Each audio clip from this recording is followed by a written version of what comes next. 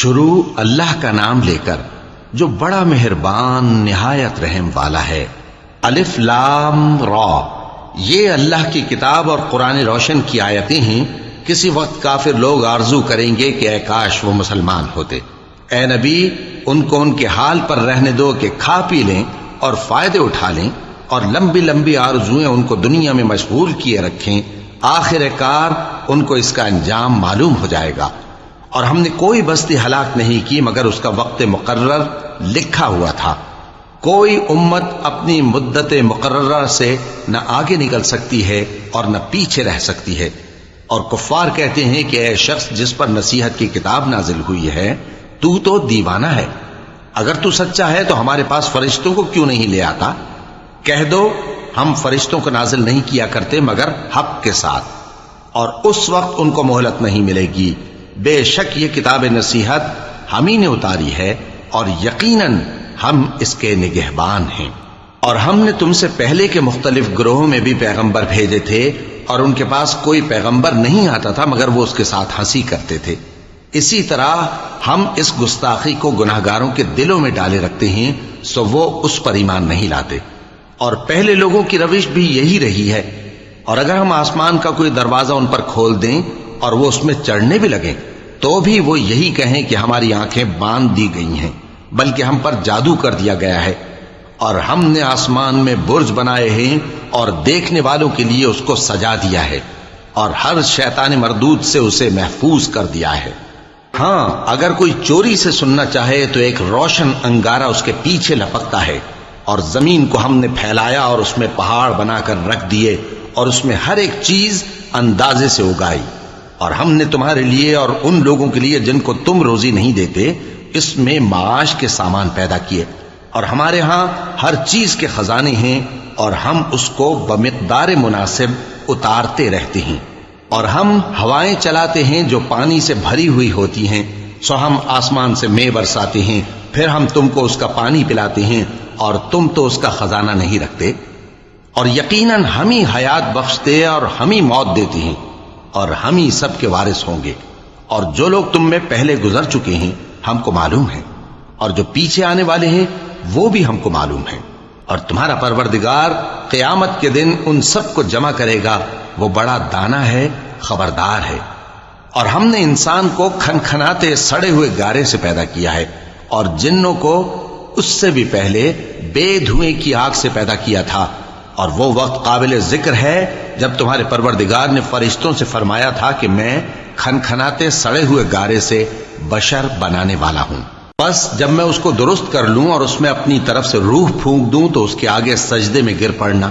چنانچہ فرشتے تو سب کے سب سجدے میں گر پڑے مگر شیطان کہ اس نے سجدہ کرنے والوں کے ساتھ ہونے سے انکار کیا۔ فرمایا اے ابلیس، تجھے کیا ہوا کہ تو سجدہ کرنے والوں میں شامل نہ ہوا؟ اس نے کہا میں ایسا نہیں ہوں کہ انسان کو جس کو تو نے کھنکھناتے سڑے ہوئے گارے سے بنایا ہے سجدہ کروں۔ فرمایا یہاں سے نکل جا کہ اب تو مردود ہے، اور تجھ پر قیامت کے دن تک لعنت برسے گی۔ اس نے کہا کہ پروردگار مجھے اس دن تک مہلت دے جب لوگ مرنے کے بعد زندہ کیے جائیں گے۔ فرمایا اچھا، سو تجھے مہلت دی جاتی ہے وقت مقرر یعنی قیامت کے دن تک۔ اس نے کہا کہ پروردگار جیسا تو نے مجھے بھٹکا دیا ہے میں بھی زمین میں لوگوں کے لیے گناہوں کو آراستہ کر کے دکھاؤں گا اور سب کو بہکاؤں گا۔ ہاں، ان میں جو تیرے خاص بندے ہیں ان پر میرا قابو چلنا مشکل ہے۔ فرمایا کہ مجھ تک پہنچنے کا یہی سیدھا رستہ ہے، جو میرے خاص بندے ہیں ان پر تجھے کچھ قدرت نہیں کہ ان کو گناہ میں ڈال سکے۔ ہاں، بد راہوں میں سے جو تیرے پیچھے چل پڑے، اور ان سب کے وعدے کی جگہ جہنم ہے۔ اس کے 7 دروازے ہیں، ہر ایک دروازے کے لیے ان میں سے الگ الگ حصہ ہے۔ جو متقی ہیں وہ باغوں اور چشموں میں ہوں گے۔ ان سے کہا جائے گا کہ ان میں سلامتی اور امن و اطمینان سے داخل ہو جاؤ، اور ان کے دلوں میں جو کدورت ہوگی ہم اسے نکال دیں گے، گویا بھائی بھائی مسندوں پر ایک دوسرے کے سامنے بیٹھے ہوں۔ نہ ان کو وہاں کوئی تکلیف پہنچے گی اور نہ وہ وہاں سے نکالے جائیں گے۔ اے پیغمبر میرے بندوں کو بتا دو کہ میں بڑا بخشنے والا ہوں، بڑا مہربان ہوں، اور یہ کہ میرا عذاب بھی درد دینے والا عذاب ہے۔ اور ان کو ابراہیم کے مہمانوں کا احوال سنا دو۔ جب وہ ابراہیم کے پاس آئے تو سلام کہا۔ انہوں نے کہا کہ ہمیں تو تم سے ڈر لگتا ہے۔ مہمانوں نے کہا کہ ڈریے نہیں، ہم آپ کو ایک دانش مند لڑکے کی خوشخبری دیتے ہیں۔ وہ بولے کہ جب مجھے بڑھاپے نے آ پکڑا تو تم خوشخبری دینے لگے، اب کاہے کی خوشخبری دیتے ہو؟ انہوں نے کہا کہ ہم آپ کو سچی خوشخبری دیتے ہیں، سو آپ مایوس نہ ہوں۔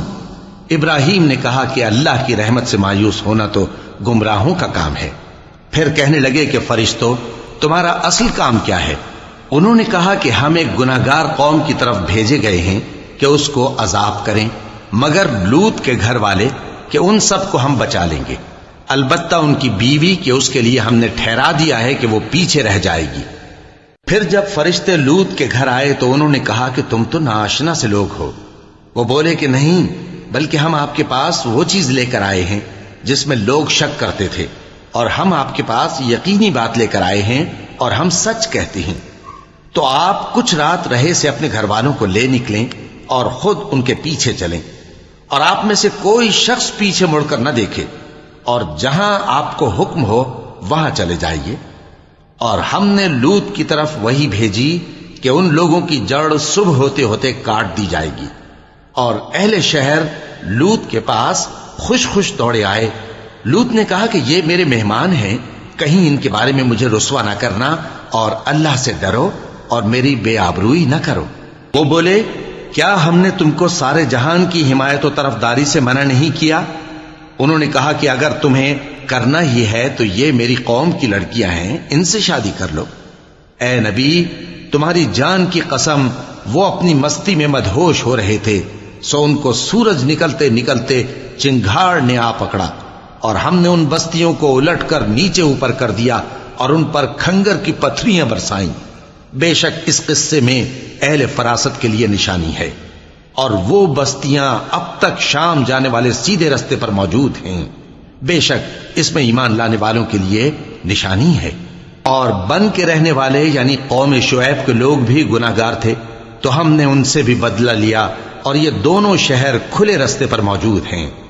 اور وادی ہجر کے رہنے والوں نے بھی پیغمبروں کی تکذیب کی، ہم نے ان کو اپنی نشانیاں دی اور وہ ان سے منہ پھیرتے رہے، اور وہ پہاڑوں کو تراش تراش کر گھر بناتے تھے کہ امن و اطمینان سے رہیں گے۔